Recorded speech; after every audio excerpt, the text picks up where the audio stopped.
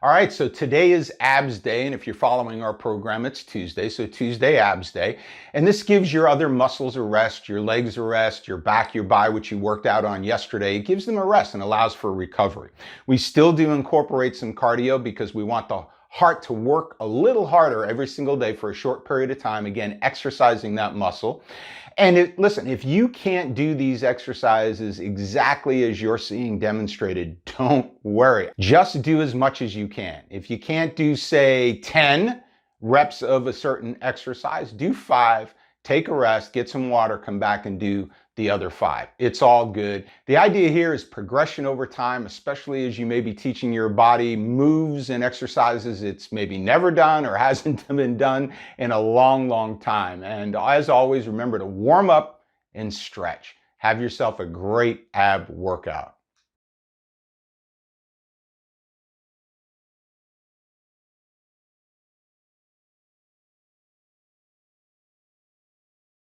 Welcome to the 7-day workout program with lifestyleover50.com. This is our warm-up, and each day we are going to warm up. So we start from the head and work our way all the way down to the toes. So first off, we're just going to rock our head forward and back. We're not going to jerk it and we're not going to stretch it too bad. We're just getting it to move, and then we're going to move our head around to the left and around to the right and just loosen up that neck. Then we're going to move into our shoulders, and we're going to just move our shoulders backward to get those shoulders loosened up. Go backward maybe 10 reps, and then you're going to go forward 10 reps. You're just trying to loosen up the top back muscles there and the shoulders and make movements that maybe you don't normally do in the course of a day, and these are really good for your joints and your muscles and your ligaments and so forth. Now you're going to move your arm forward, just swing your arm forward. You're not trying to grind that shoulder joint. You're just trying to loosen it up. Just loosen it up, move it forward 10, and then back 10 on the right side. And then when you're done there, you're going to move to the left side.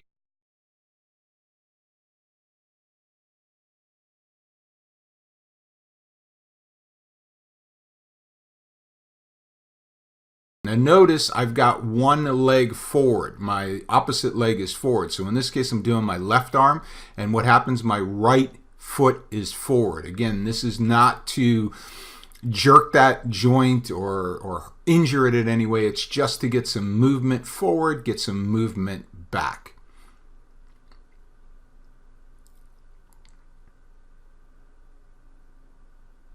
Again, 10 on each side is sufficient. Now we're going to swing from side to side. Now, one thing when you're doing this, pay attention to my feet here. When I'm moving to the right, I move up my right toe or get up on my right toe. When I move to my left, I get up on my left toe. I'm not trying to jerk anything here. I'm trying to just loosen up my upper torso.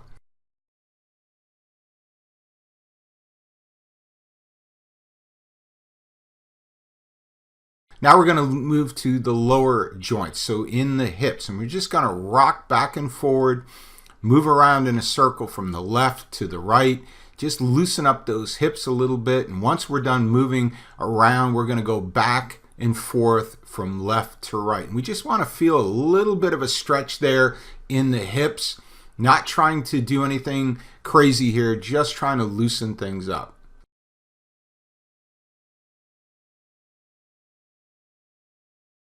Now this one might be a challenge, so you may want to use a chair to balance yourself. It took me a while to create the balance to be able to do this without starting to fall over and things like that. But basically you're lifting up your knee straight and then moving it outward. And here you're just trying to open up those hips. Just get those hips open a little bit, grease those hip joints. But again, be very careful until you have your balance down. Use a chair to be able to balance yourself. But this is great for getting those hips warmed up, especially if you're doing a leg workout or a run. Now we're just going to go down to the knees. See how we're going from top to bottom, from head to toe? So we're just going to Put our hands on our knees, bend our knees, and move around in a circle from the left to the right. And if you can get down as far as you possibly can and loosen up those knees. That's a joint that sometimes we all have a problem with as we get older, correct?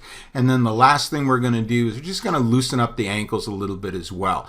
So just get up on that left toe in this case, but make sure you're firmly planted on your right foot. Swing your left toe from side to side and do the other side. And that is your warm-up.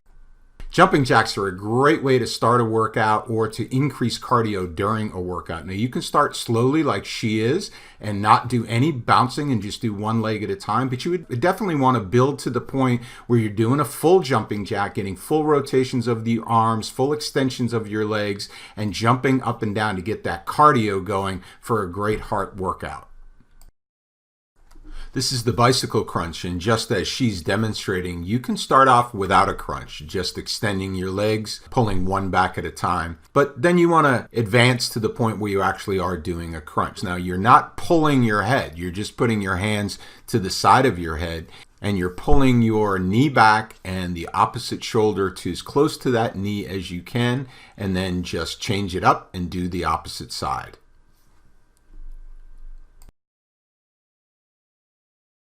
This is crossover toe touch crunch. Now, one of the criticisms of crunches is when you pull your head. You shouldn't pull your head. You're just resting your fingers, your hand on the back of your head, not pulling it at all to injure your neck. Now, she's going to demonstrate 3 ways to do this crunch. The first is with knees bent, and then you lift your leg up and touch. Now she's not even lifting her leg up. It's just knees bent. This is the easiest way, and you may want to start out this way, but then advance to lifting the leg up, and then eventually advance to the point where your legs are straight and you're pulling that straight leg back and touching as close as you possibly can to your toe. Even she's not reaching her toe. This is one of my favorite exercises. It's heel touches. Now, you're just laying on the ground with your knees bent.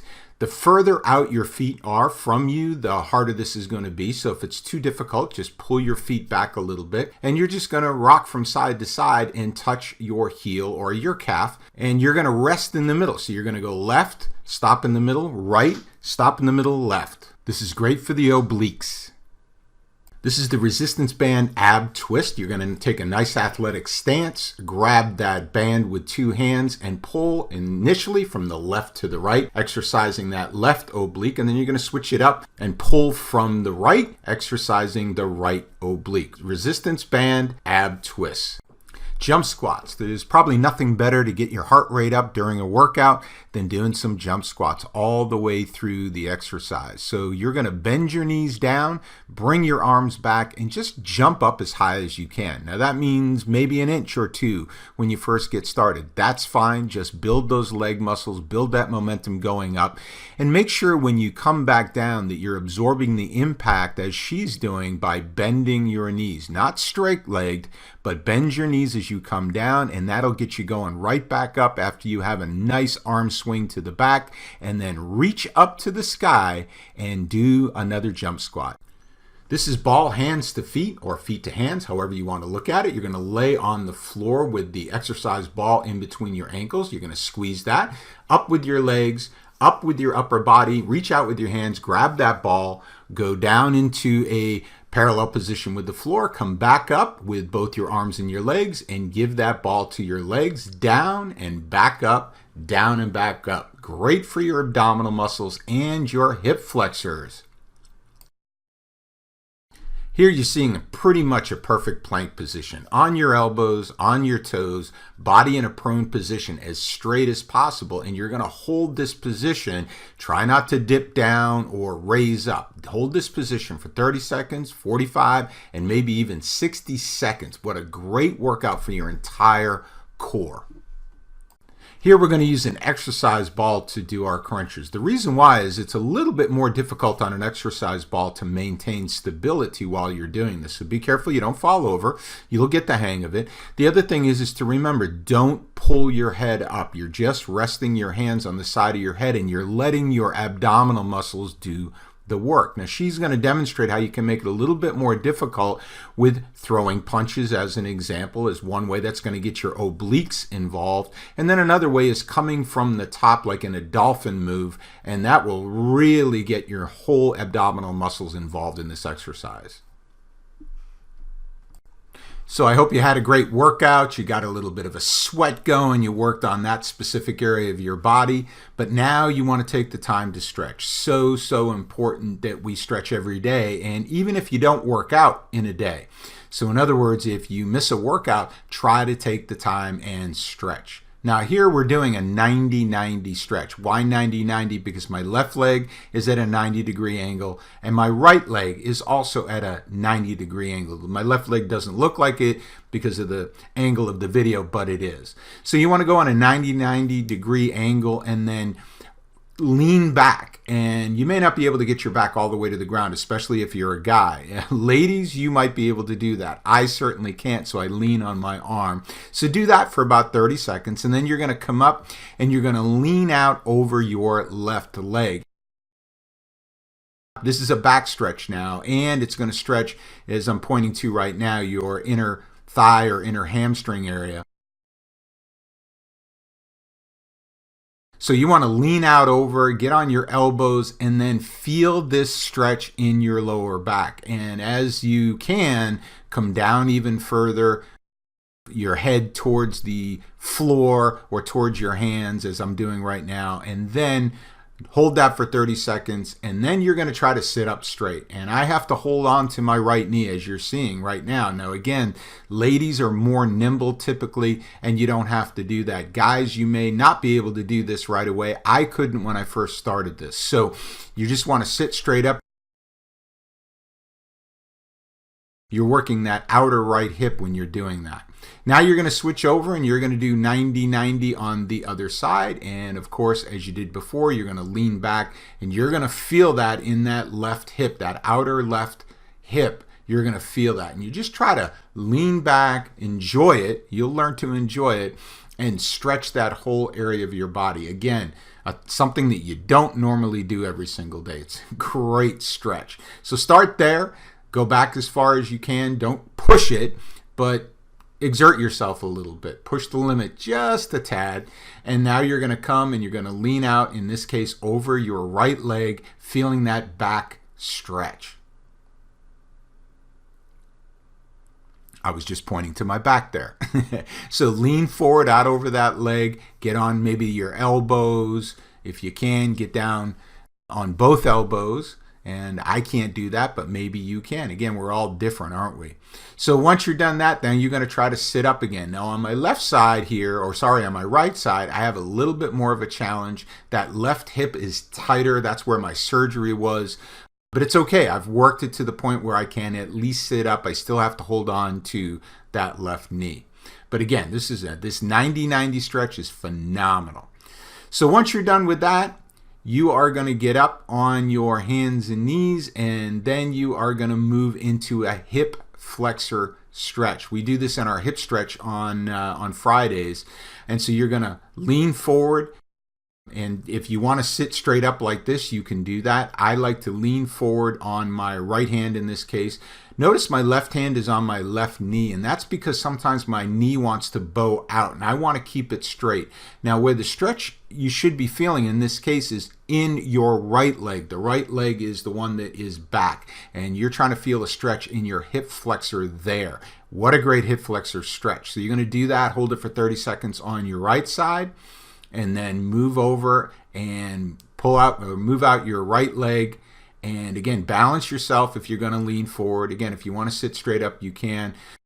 I have to hold that knee in so it doesn't bow out, so I get that proper stretch.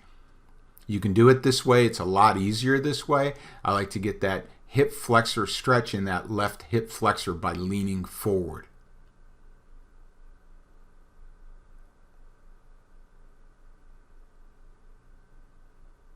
Once again, a great hip flexor stretch. So I'm going to move to the sort of the landscape side of things here so that you can get a full angle of what I'm doing. This is the frog stretch. We also do the frog stretch on Fridays. Now, I like to rock back and forth to do this. It just feels good getting those joints loosened up. I've got my knees out to either side. You can go as far as what's comfortable for you. You don't want to pull a groin there. And then move forward and put your hands down and just hold that stretch. And then move even further forward, get to the point where you can get down on your elbows. This is awesome for your hips. And move out as far as you can and play with it a little bit. Don't want to injure yourself, and this may take time for you to be able to do this. So that's the frog stretch. Now we want to get up on our hands and our knees.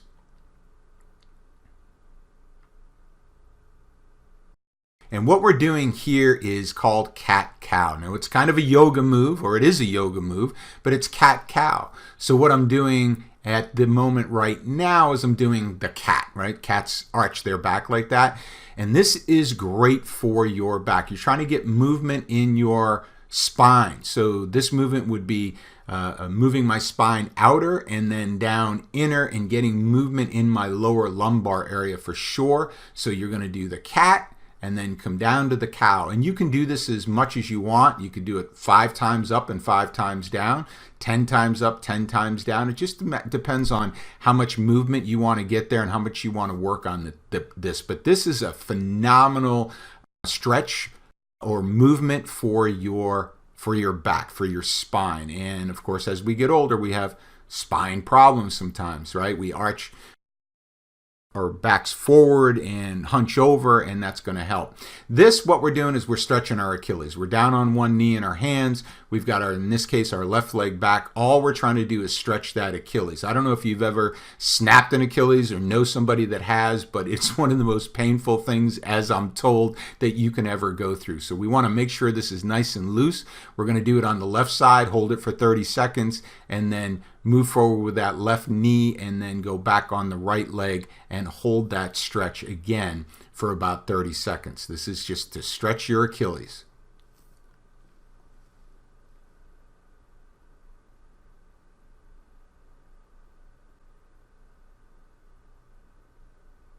Okay, next up, we're going to go from that into downward dog. Another yoga move. You're going to be on all fours, of course, and you're going to move up and put your head down between your arms. And again, this is for your hamstrings and your Achilles and for a lot of different areas of your body. It's not an easy move to do. You may have to work towards doing this, but what a great move. And, blood's going to rush to your head. There's all kinds of things that are going to happen with downward dog, but give it a good try and see what you can do with it and hold it for 30 seconds if you can. If you can't, first time you do it, hold it for 10 seconds and then work your way up to 30 seconds. Now we're going to go from that into Cobra. And we are going to just get down on our hands and knees and push up and just let it go. And you want to support yourself with your arms, of course, and just put your head up. And the whole thing here is you're working on your lower back, your lumbar area. And you might even hear a little bit of a movement in your lower back. It's all good. You don't want to injure yourself, of course, so don't force it down there. But you're just letting things ride and trying to be as loose as you possibly can in this position. I've had some dramatic improvement in my lower back. I've been doing these exercises, so I highly, highly recommend them. Now we're going to move into the Sphinx. So we're going to go from the Cobra into the Sphinx. So it's similar but different. You're going to get down on your elbows, and you can see why they call it the Sphinx, right? So your head is up. You want to make sure that your elbows are far enough forward so you're not putting a lot of pressure on your shoulders, and you're going to hold this. Now you can hold it for as long as you like. Some yoga instructors will tell you to hold it for 20 minutes. I don't generally hold it for 20 minutes. I hold it for 2 or 3 minutes.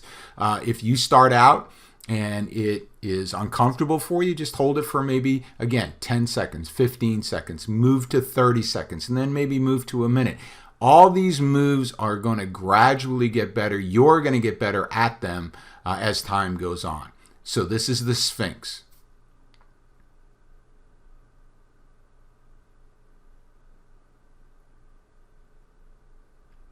Okay, once you're done with that, now you're going to move into what's called the child's pose. So you're going to get hands and knees again, but now your knees are going to come together.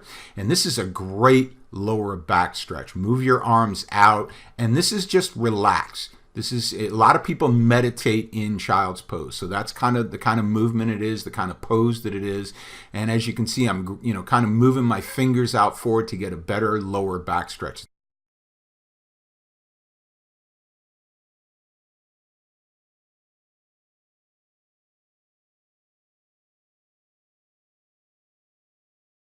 And then I move my hands back to my feet. And what this does is it helps me get lower even with my head and my shoulders and my back and get even a better back stretch. Now you can hold this pose for as long as you like. I hold it generally for about a minute, 30 seconds with my arms stretched out, 30 seconds with my hands back on my feet. Now, when you go to get up from this, your head's been down for quite some time with downward dog and so forth. So be careful when you get up. You might be a little lightheaded. So I generally take my time. I go to 2 knees, then 1 knee, and then go ahead and stand up. Now, the last thing we're going to do, and I know my head's cut out of this frame here, but the last thing we're going to do is we are going to work on our hamstrings, and we're going to try to touch our toes here. So we're going to move down slowly. Notice that my hips were moving side to side to side to side. I find that when you do that, that really helps loosen up that lower back, loosen up the hip area, and loosen up the high hamstrings, if you will, and it allows me to get a better stretch. Now, I've never been able to touch my toes, even in high school. I won't hear, when I do it here, you'll see that's not with completely straight legs. My legs are bent a little bit, but trust me, I'm doing a lot better than I was, say, a year ago with this. So my hamstrings are getting better. You want to hold that for 30 seconds if you can, and that is your stretch for the day. Congratulations. Go have an awesome day.